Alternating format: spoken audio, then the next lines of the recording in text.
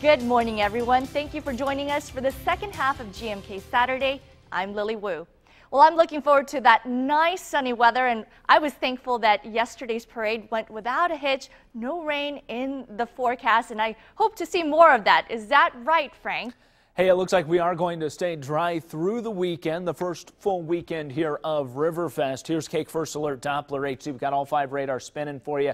No rain out there right now. As far as cloud cover goes, well, we got plenty of that to wake up this morning. But as we get into the afternoon, that's when we're going to see more of that sunshine trying to break through. Despite the sun this afternoon, not going to be overly warm. We're starting things off at 55 in Wichita. It's 54, Salina 55 in Hutch, low 50s in Dodge City, upper 40s, Goodland, Colby 50 in Hill City. Here's a live look outside for you. We've got you zoomed in on the Riverfest side. Notice the camera. It's bouncing around a little bit. North wind at 16. That's going to gust over 20 this afternoon. 55 here in Wichita. And here's that Riverfest forecast. Noon hour, 64 degrees. 4 o'clock, 70 degrees. A mix of sun and clouds. The jet skis, well, they're going to be going around those buoys at about 3 o'clock this afternoon. Go check it out. We'll have details on the rest of your weekend coming up. Well, thank you, Frank. Well, breaking just right now, a train has hit a car in Ellsworth County near Wilson. We're continuing to track that story, and we'll give you more updates on KAKE.com as well as on our Facebook page. Well, recent rains means more mosquitoes in the area and that potential for West Nile virus. Last year, there was 1 case in Sedgwick County. In 2013, there were 11 cases, and in 2012, there were 21 cases. Officials credit education and information with the decrease in infections. I'll be keeping an eye on this section all summer long. Wayne Butterfield at Indian Hills Ace Hardware remembers last year when these products were in high demand. Almost crazy last year. It was very difficult to keep the products on the shelf. You get a good rain, the mosquitoes grow in the ponds, bird baths, just anything that collects water. Unlike other communities, Sedgwick County and Wichita have not been spraying for mosquitoes for at least 15 years.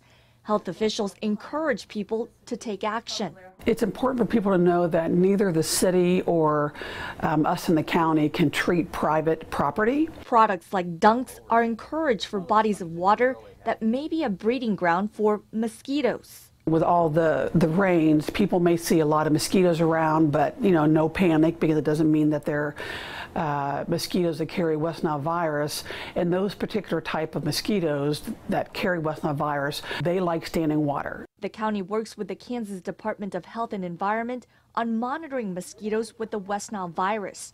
The county will have their first report later this week to show how many of those mosquitoes carry the virus. We put out so much information in the community, and I know the city of Wichita, the code inspectors, when they're going out, they're taking information and giving it to people. So education and information really is powerful. Health officials want to remind you of the 3 Ds to reduce the chances of getting bit. Drain standing water, dress in long sleeves and pants when outdoors, especially at dusk and dawn, and use insect repellent with DEET on your skin. And Sedgwick County and Wichita don't spray for mosquitoes, but Great Bend will start this week.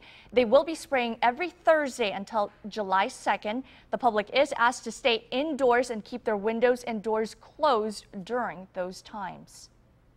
Governor Sam Brownback canceled a news conference on Friday to outline a new proposal as lawmakers try to close a projected $406 million budget shortfall. The governor instead meeting with legislative leaders. Yesterday, the House passed a bill that would create a 6-week amnesty program to encourage people and businesses to pay back taxes and settle tax disputes. It would only generate $30 million. Lawmakers will still consider raising sales, tobacco, and business taxes. 2 kids taken to the hospital after overdosing on synthetic drug K2. It happened in southwest Wichita Thursday afternoon. 17-year-old Isaac Moser talks to KAKE News. His brother and a 12-year-old friend were smoking K2 when 2 of them had bad reactions. Me and Jacob started throwing up, and he fell on the ground and tightened up and started foaming out of his mouth. The 12-year-old is now in fair condition. Moser's 18-year-old brother is in jail on child endangerment charges. Police say they arrested a 13-year-old accused of pulling a knife at a lemonade stand in South Wichita. A 10-year-old went to the lemonade stand where he helped create. During an argument about the 10-year-old being allegedly fired, the 13-year-old pulled a knife on him. No one was injured. New this morning, gunmen hijack a bus and kill 19 people in Pakistan. Pakistani security forces still looking for the gunmen who hijacked 2 buses.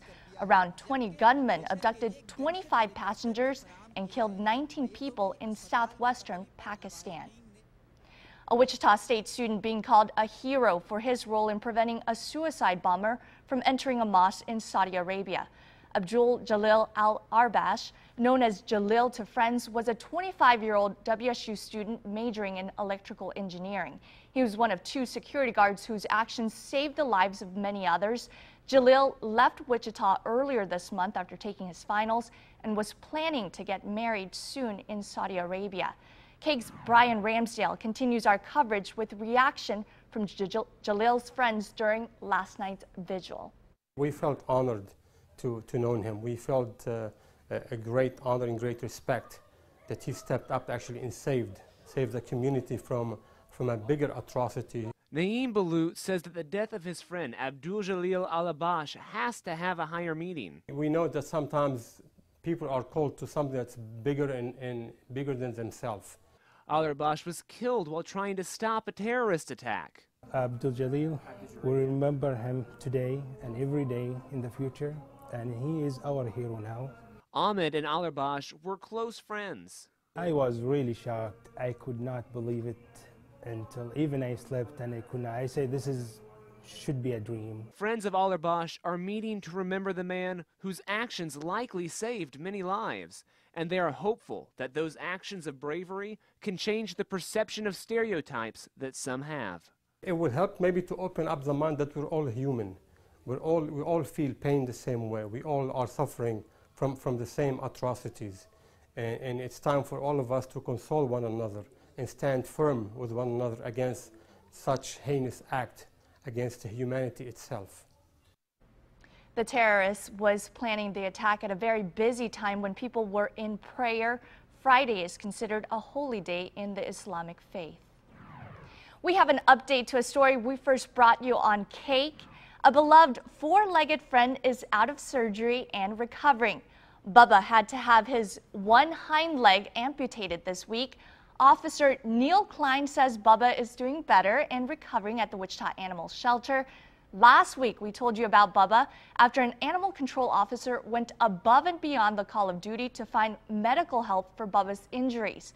The dog's owner was unable to afford such care, but has been trying to take care of Bubba for more than 10 years. An account has been set up to receive any donations for Bubba's care.